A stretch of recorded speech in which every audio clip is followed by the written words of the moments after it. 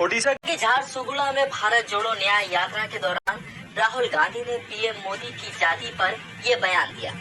इसके बाद राजनीतिक गलियारों में उनकी जाति की चर्चा तेज हो गई। राहुल गांधी के बयान के क्या मायने हैं और क्या वाकई पीएम मोदी ने अपनी जाति को ओबीसी कैटेगरी में शामिल किया था? समाज विज्ञानी और लेखक अच्युत याग्निक के मुताबिक भारत में मोदी सरनेम का इस्तेमाल करने वाले बनिया और तेली समुदाय के लोग हैं। इसे हिंदू, पारसी के साथ मुस्लिम लोग भी इस्तेमाल करते हैं। मोदी समुदाय कहाँ से आया, इसका ओरिजिन कब हुआ, इसे लेकर कोई पुख्ता जानकारी नहीं मिलती है। एक्सपर्ट बताते हैं कि आज से करीब 600 साल पहले एक घुमंतु समुदाय गुजरात में आकर बस गया था। ये लोग वहाँ पर मूंगफली और शीशम का तेल निकाल कर बेचने का काम करने लगे, इसलिए इन्हें तेली, घांची या घांचा कहा जाने लगा। बाद में धीरे धीरे ये समुदाय राजस्थान, मध्य प्रदेश, हरियाणा और झारखंड के हिस्सों में बसने लगा। National commission for backward class के मेंबर रहे पीएस कृष्णन के मुताबिक गुजरात में मोढेरा इलाके में मोदेश्वरी देवी को मानने वाले मोद घांची लोग मोदी सरनेम लगाने लगे। सवाल उठता है कि क्या मोदी सरनेम वाले सभी लोग ओबीसी होते हैं? अच्युत याग्निक के मुताबिक मोदी कम्युनिटी 2 हिस्सों में बटी हुई है। इसमें एक बनिया तो दूसरा तेली घांची समुदाय, जो खाना बदोश थे, लेकिन घांची समुदाय आर्थिक तौर पर कमजोर था, इसलिए उसे ओबीसी का दर्जा मिला, जबकि आर्थिक तौर पर मजबूत बनिया समुदाय को जनरल कैटेगरी का दर्जा मिला। PM Narendra Modi OBC category से आते हैं। अब बात पीएम मोदी की जाति के बारे में, क्या ये वाकई पिछड़ा वर्ग से आती है? एक्सपर्ट्स के मुताबिक आजादी के पहले से दक्षिणी राज्यों में तेली घांची समुदाय को पिछड़ा माना जाता रहा है। आजादी के बाद मध्य और उत्तरी भारत के कई राज्यों में इस जाति को पिछड़े वर्ग में शामिल किया गया। साल 1955 में बने पिछड़ा आयोग ने गुजरात के आसपास रहने वाली इस समुदाय को पिछड़ी जाति में शामिल करने की सिफारिश की थी। इसके बाद साल 1979 में बने दूसरा पिछड़ा आयोग ने गुजरात में रहने वाले तेली और मोद घांची को बैकवर्ड क्लास में शामिल किया था। दूसरे राज्यों में मोदी के अलावा इस समुदाय को साहू या तेली कहा जाता है। अब बात राहुल गांधी के बयान के बारे में, जिसमें उन्होंने कहा कि पीएम मोदी ने गुजरात का सीएम बनने के बाद अपनी जाति को ओबीसी में शामिल किया था। मोदी के सीएम बनने से पहले ही गुजरात ने साल 1994 में इस जाति को ओबीसी में शामिल कर दिया था। इसके बाद केंद्र सरकार के लिस्ट में शामिल होने के लिए इस समुदाय ने अपनी मांग लगातार जारी रखी, जिसके बाद 28 अगस्त 1997 को national commission for backward class यानी एनसीबीसी की एक बेंच ने फैसला लेते हुए तेली, मोद, घांची को ओबीसी की लिस्ट में शामिल किया। पीएम मोदी पर गुजरात का सीएम रहते हुए अपनी जाति को सामाजिक और शैक्षणिक रूप से पिछड़े वर्ग यानी SED-BC में शामिल करने के आरोप भी लगे।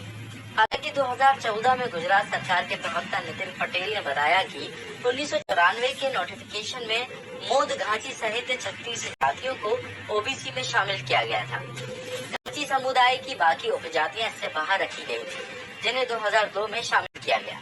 मोदी सरनेम को लेकर की गई राहुल गांधी की टिप्पणी क्या उन पर भारी पड़ सकती है?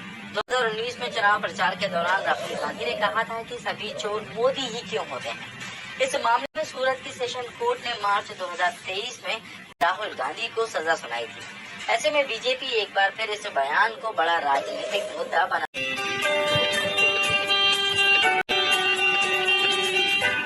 प्रधानमंत्री नरेंद्र मोदी ने शनिवार को अरुणाचल प्रदेश के पश्चिम कामेंग जिले में बने सेला टनल का उद्घाटन किया, जो दुनिया की सबसे लंबी डबल लेन टनल है। जमीन से 13,000 फीट की ऊंचाई पर बनी इस टनल से 448 किलोमीटर की दूरी तय करने में अब 8 घंटे लगेंगे। पहले ये दूरी 12 घंटे में तय होती थी। साथ ही इलाके में बर्फबारी होने की वजह से 7 महीने तक रास्ते बंद रहते थे, लेकिन टनल की मदद से लोग 12 महीने ट्रेवल कर पाएंगे, जिसने चीन की भी नींद उड़ा दी है।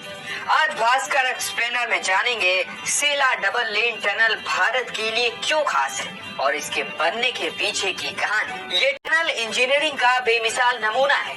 ये 2 पार्ट में बनी है, T1 और T2। T1 की लंबाई 1003 मीटर है, तो वहीं T2 की लंबाई 1595 मीटर है। टनल T2 के साथ बचाव टनल भी तैयार की गई है। इसमें लिंक रोड 1.3 किलोमीटर और अप्रोच रोड 8.7 किलोमीटर है। इसे तैयार करने में 5 साल का वक्त लगा, जो बलिपारा तवांग रोड का हिस्सा है। दावा है कि इस टनल से तवांग से एलएसी की दूरी 10 किलोमीटर तक कम हो जाएगी। इस प्रोजेक्ट के चीफ इंजीनियर और ब्रिगेडियर रमन कुमार के मुताबिक ये प्रोजेक्ट भारतीय सेना की बॉर्डर रोड ऑर्गेनाइजेशन यानी बीआरओ से जुड़ा है। इसके बनते ही अरुणाचल के वेस्टर्न पार्ट में स्थित तवांग क्षेत्र देश के दूसरे हिस्सों से हर मौसम में जुड़ा रहेगा।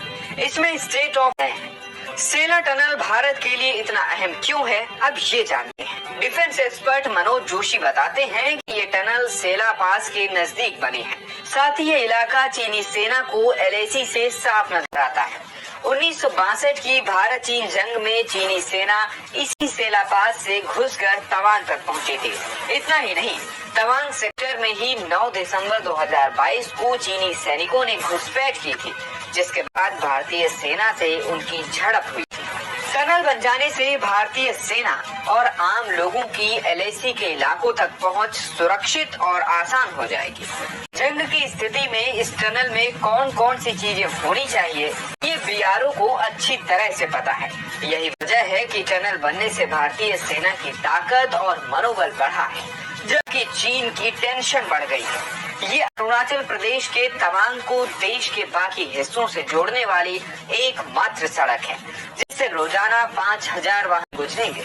इस टनल का नाम सेला ही क्यों रखा गया, इसके पीछे भी एक लव स्टोरी है। साल 1962 में जब भारत चीन के बीच जंग जारी थी, तब तवांग के सेला के पास भारतीय सेना के गढ़वाल राइफल्स की 4th बटालियन तैनात थी। इस बटालियन में राइफलमैन थे जसवंत सिंह, जो इस लड़ाई में अकेले ही बचे थे। उनके साथ स्थानीय मोनपा जनजाति की 2 लड़कियां सेला और नूरा भी थी। सेला को जसवंत सिंह काफी पसंद थे। जसवंत ने दोनों लड़कियों के साथ मिलकर चीनी सेना का मुकाबला और करीब 300 चीनी सैनिक मार गिराए। हालांकि जंग में तीनों मारे गए। आज इस जगह का नाम जसवंतगढ़ है। इसी वजह से टनल का नाम सेला रखा गया।